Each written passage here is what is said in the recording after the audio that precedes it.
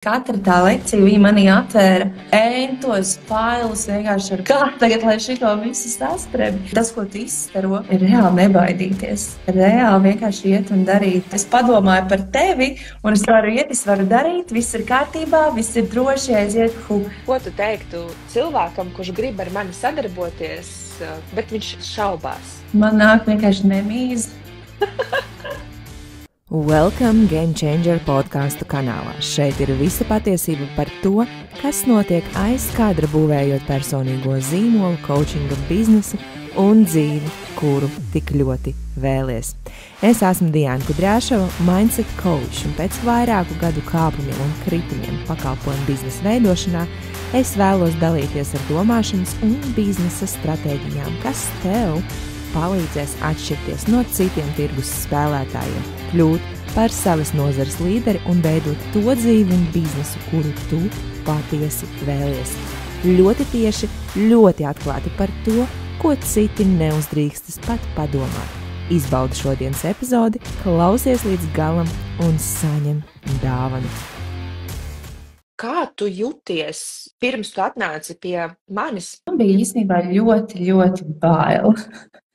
Man bija ļoti bail. Es darīju, bet caur bailēm, bet tā kā ļoti daudz arī nedarīju. Es teiktu, tas mans bāzes stāvoklis bija bailes īstenībā tajā brīdī pirms, bet iekšēji sajūtu, ka nav vairāk variantu. Tā kā nav. Ko tu tagad sēdēsi un dzīvosi savās bailēs visu mūžu? Tā kā nē. Ja es kaut ko gribu darīt, es to gribu darīt ritīgi forši, viegli, no tādas prieka, mīlestības un tādas iekšējas foršas sajūtas.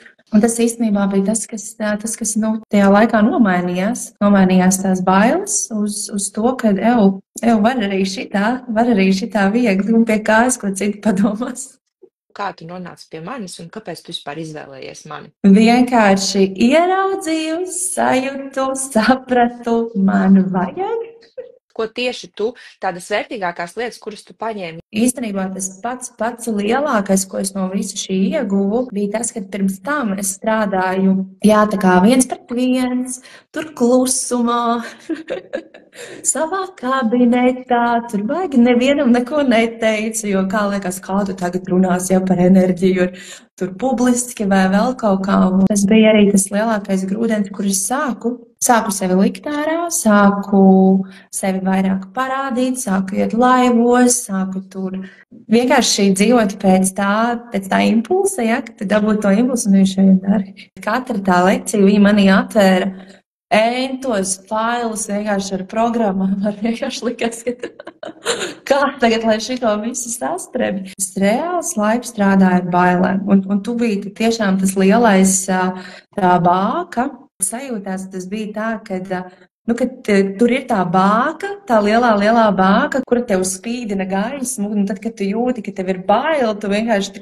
es padomāju par tevi, un viss, un es jūtu, ir gaisma, un es varu iet, es varu darīt, viss ir kārtībā, viss ir droši, aiziet. Tas, ko tu izstaro, ir reāli nebaidīties, reāli vienkārši iet un darīt. Ko tu teiktu cilvēkam, kurš grib ar mani sadarboties, iespējams programmā vai 1-1, bet viņš vēl šaubās? Man nāk vienkārši nemīz. Ja tā vienmēr ir izvēle, tu vari dzīvot tur, kur tev ir ērti, bet ir vienkārši jāiet, jāpieņem savs spēks, vispār jāakceptē, ka es kaut ko varu izdarīt. Piemēram, kamēr es nebiju iznākusi ārā, atmodusies, kā tie cilvēki, lai mani ierauga, kā lai viņi atnāk pie mani, viņi tieši gaida mani, un tāpat tās ir arī tie cilvēki, kas gaida tieši to speciālistu. Pastāsti, kur tevi var atrast, kā pie tevis var pieteikties? Man ir mājaslapa elvaduce.lv. Būtībā caur to mājaslapu arī visu pierakstus var veikt. Tur ir automātiskā sistēma, ar kuru ir pieejami visi produkti. Un izvēlies, redzi laiku, dari, ņem ciet.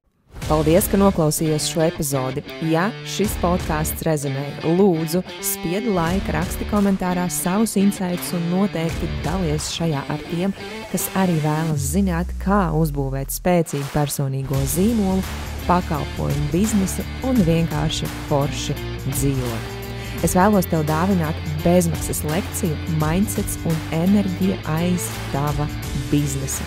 Droši meklē linku aprakstā un reģistrējies, lai to saņemtu. Paldies un tiekamies nākošajā epizodē.